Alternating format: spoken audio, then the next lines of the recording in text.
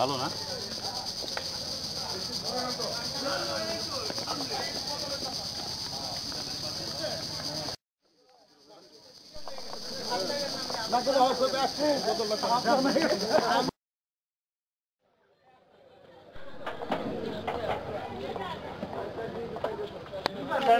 আমাদেরকে উদ্ধার কাজে সহযোগিতা করার জন্য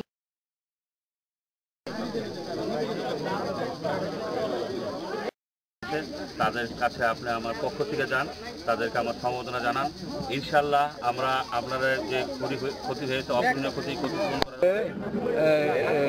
আপনি যেখানে লঞ্চ ডুবছে সে ওই অত্র এলাকার